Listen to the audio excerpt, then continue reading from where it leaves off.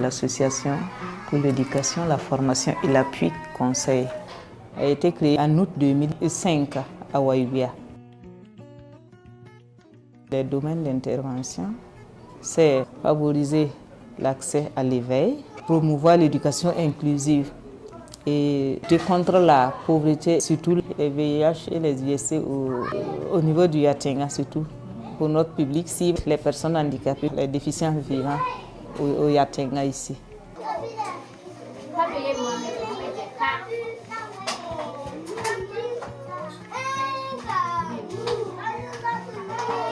L'association a un volet inclusif, particulièrement son centre d'éveil. Le centre d'éveil est inclusif, avec une spécificité dans la prise en charge et l'approche des enfants en situation de handicap.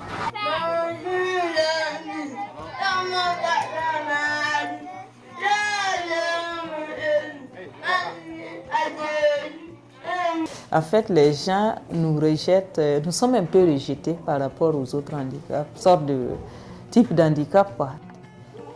Simplement, quand on parle d'un déficient mental, les gens voient vraiment un fou qui est là, qui ne sait pas où aller, qui ne sait pas ce qu'il fait. Pourtant, non, il y a d'autres qui arrivent quand même à faire quelque chose.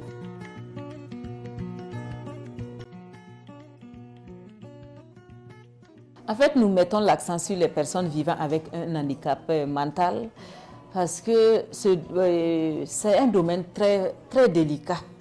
Et les gens ont tendance à laisser ces gens-là, ces enfants qui vivent avec ce handicap-là, ils ont même plus peur d'aller vers ces gens-là. Alors que nous, en tout cas, on essaie de les recadrer et de les insérer au niveau de notre association pour pouvoir les prendre en charge.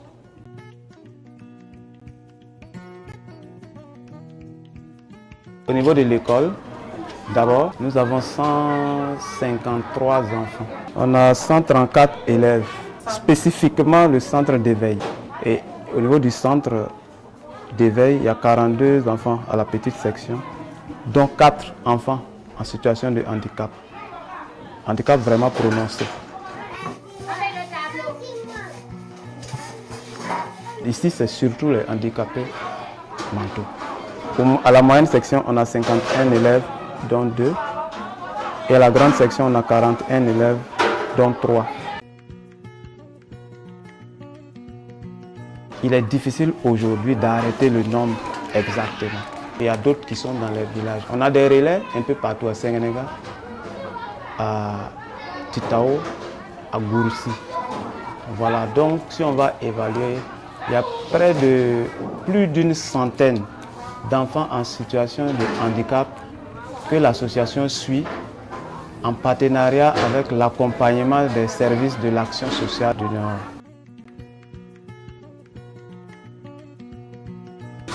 Mais tout le monde n'a pas la chance d'avoir les structures d'accueil.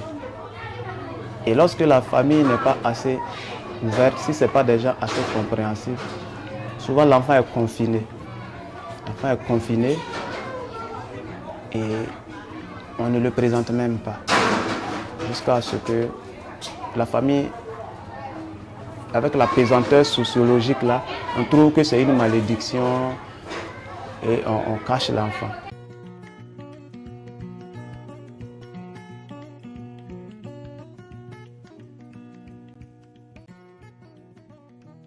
Qu'est-ce qu'on fait pour eux?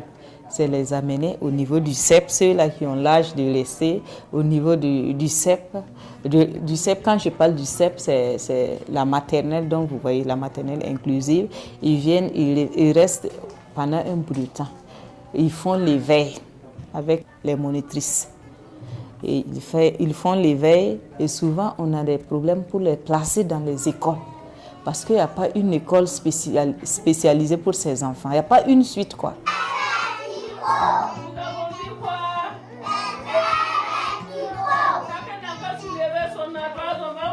Il y a d'autres qui peuvent rester même pendant 5, 6 ans et qui peut-être repartent à la maison comme ça. Parce qu'il n'y a vraiment pas une école spécialisée pour ces gens-là. Mon enfant était seul à la maison. Il n'avait pas quelqu'un. Bon, avec le centre là, il joue au ballon ici. Il court avec les punais. Donc ce qui fait l'enfant est éveillé. Et l'enfant même arrive présentement à appeler le nom de la maman, le nom du papa.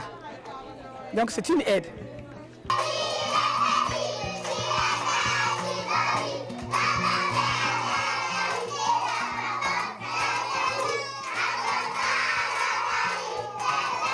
On est même allé vers les écoles classiques. On a quand même pu placer quelques-uns. C'est pas facile parce que non seulement c'est pas parce que les enseignants ne veulent pas les accueillir dans leurs écoles. Ils veulent, mais ils ne peuvent pas parce que simplement ils n'ont pas reçu de formation là-dessus. Et alors, l'année passée, on a placé 3. Et les 2 sont restés. L'autre parce que est revenu 1 mois après parce que lui, il ne pouvait pas se tenir tranquille. Et comme vous voyez, on a plusieurs types de handicaps dans ce domaine-là. Il y a d'autres qui sont des autistes. Et les autistes, c'est des enfants qui ne peuvent pas se tenir tranquilles. Alors, quand l'enseignant est en classe, en train de faire son cours, ou soit l'élève est derrière lui en train de le pincer ou bien de le talonner et il n'arrive pas à écrire, ou bien à sa place, il est en train de pincer celui qui est à côté de lui. Donc, au finish, le maître est venu, nous a interpellé de revenir chercher notre enfant. Par contre, les 2 autres sont restés. Mais l'autre, lui, il est trisomie 21, il est revenu parce qu'il ne se sent pas là-bas. À cause du goûter et tout, il est revenu. On a aussi placé d'autres qui vraiment, on n'a pas eu de suite. Parce qu'il y a d'autres qui ne sont même pas habitués à, comme je viens de le dire, il y a d'autres qui ne sont même pas habitués à travailler avec ces enfants. Et alors, la maîtresse en question, chaque fois disait, il faut dire à la maman de la déficiente là, de venir chercher sa fille là, parce que nous, on ne peut pas, elle ne peut pas travailler avec nous. Souvent, elle est assise à terre, elle veut mener l'activité et ils ne peuvent pas. C'était une sortie comme ça, puisqu'on fait des visites à domicile et des visites à l'école pour voir si l'enfant arrive à faire quelque chose. Et un jour, on est parti. Heureusement, quand on partait là, c'était avec un directeur d'école qui est membre d'ici, et de l'association. On a été ensemble et lui-même, il était étonné, surpris d'entendre l'enseignant dire, voilà, tu es là, viens prendre ton enfant parce que nous-mêmes on t'attendait, voilà, on ne peut pas travailler avec elle, tout ça là. Et on est allé retirer l'enfant. Bon, on a cru que peut-être le supérieur allait vraiment nous encourager à son tour, mais bon, c'était quand même pareil. Ça fait que on ne les envie pas parce que c'est des gars qui n'ont pas, c'est pas de leur faute.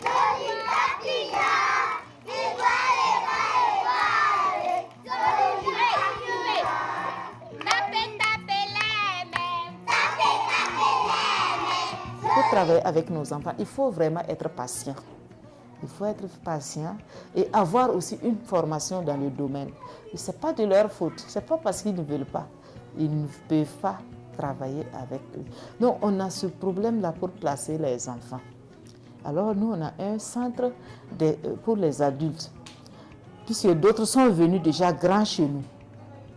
Ils ne savent rien faire, donc on les envoie directement au niveau du centre pour travailler.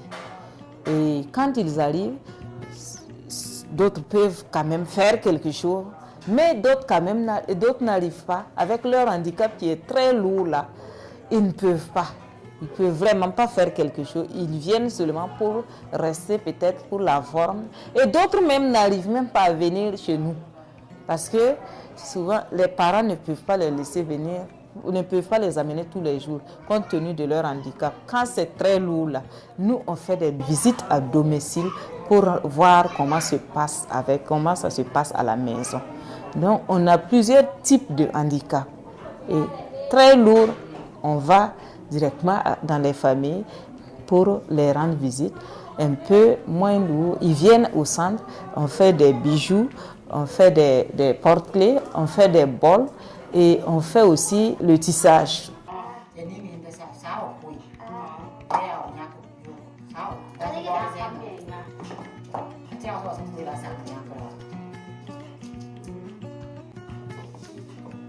Et lorsque je venais ici pour la première fois avec ma fille, au cours de l'année scolaire 2016-2017, je voyais tout simplement le côté éveil, le côté éducation, mais à l'heure actuelle, je suis plus que comblé.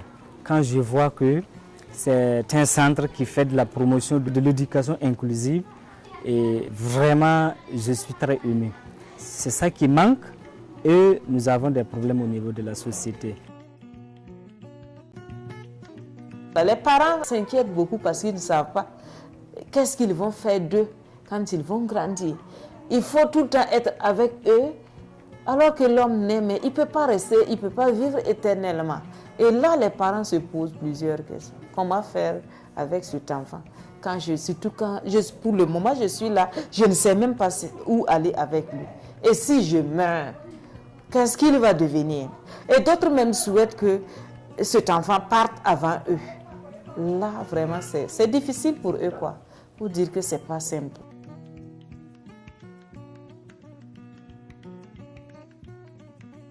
Sida, nimbana wusube tondene de kwamba suka. Ya banta ramba. Toni yaga de windikile yungu. E de patarme ya nimbana.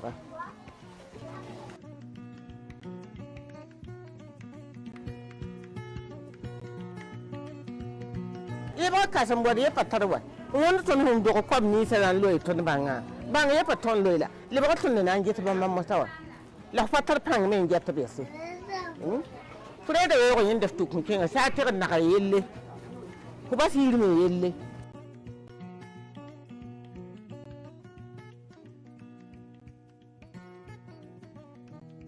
Ribo ne panana fo patar jurun tum do. Ya kon bi biribu.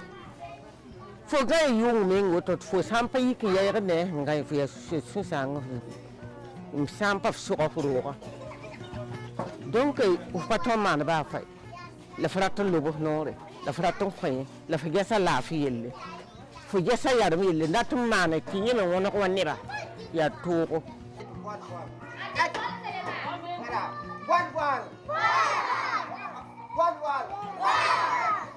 Souvent même les enfants quittent le centre, la maison pour le centre. Ils sont victimes de viols. C'est pas intéressant. L'une des premières difficultés, c'est d'abord le local. Parce que nous vivons dans un local d'emprunt. C'est une maison louée. Et naturellement, on est là en fonction des caprices du bailleur. Le bailleur qui peut du jour au lendemain décider d'augmenter le loyer. On ne peut pas opérer des changements, des transformations convenablement pour pouvoir être à l'aise avec nos enfants. Alors qu'on sait que c'est des petits, ils ont besoin d'espace. Mais étant donné que c'est une parcelle louée, si vous décidez de faire quoi que ce soit, on vous dit de plier bagage. Lorsqu'on prend la grande section, les grands, on est à notre troisième local. Lui aussi, un beau matin, il nous a chassés. On est allé prendre un local vers le lycée Yamoya. Généralement, quand on a un local, les enfants font des petites, vous voyez les colliers, les bracelets en perles, là, ils montent ça et puis on vend. Ils font du jardinage aussi. Lorsqu'on est dans une maison, on utilise la devanture pour les occuper.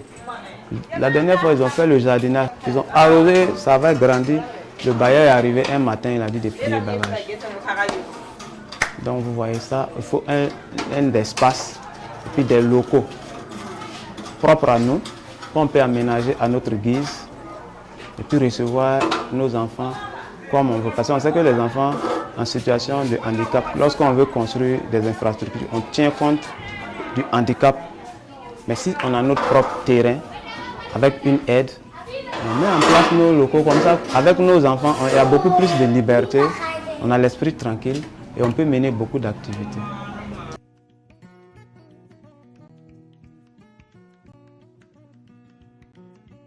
La principale suggestion, c'est de pouvoir mettre en place une structure d'accueil où ils peuvent être internés et être avec du personnel formé, adapté, où ils peuvent apprendre un métier selon leurs compétences, selon leurs possibilités. Et ce petit travail peut permettre d'avoir un peu de revenus et permettre à ces enfants-là de se sentir un peu utiles plutôt qu'ils soient oisifs toute la journée. Voilà, donc un centre de formation, par exemple, ils peuvent faire de la plomberie, ils peuvent ramasser des briques, ils peuvent faire un atelier, aider ceux qui travaillent à mettre en place une activité qui permet de gagner un petit peu d'argent. Et cet argent-là peut servir à faire fonctionner la structure. Et ça leur permet d'avoir une activité. Et quand on travaille, on ne s'ennuie pas. Et quand on ne s'ennuie pas, on se sent un peu utile. Et c'est quand même bon pour eux. Ça leur apporte également une espèce de formation, une certaine utilité dans la vie. Et ça va soulager surtout les parents.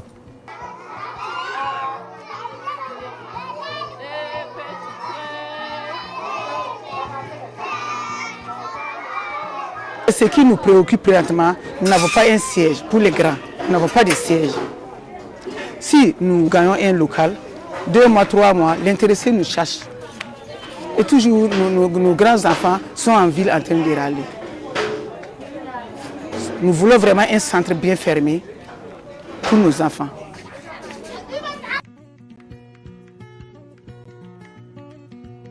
Centre ba yepam centre a bezi ndia ba pa yitin gilim yari ni pa pam ban ladi ni pa pam ban tusuru konto tabai ba nan tar kombi zalam mama vraiment yepam centre ji yendi tikiti kombi bebia e somro we ton sura sin dat fa lare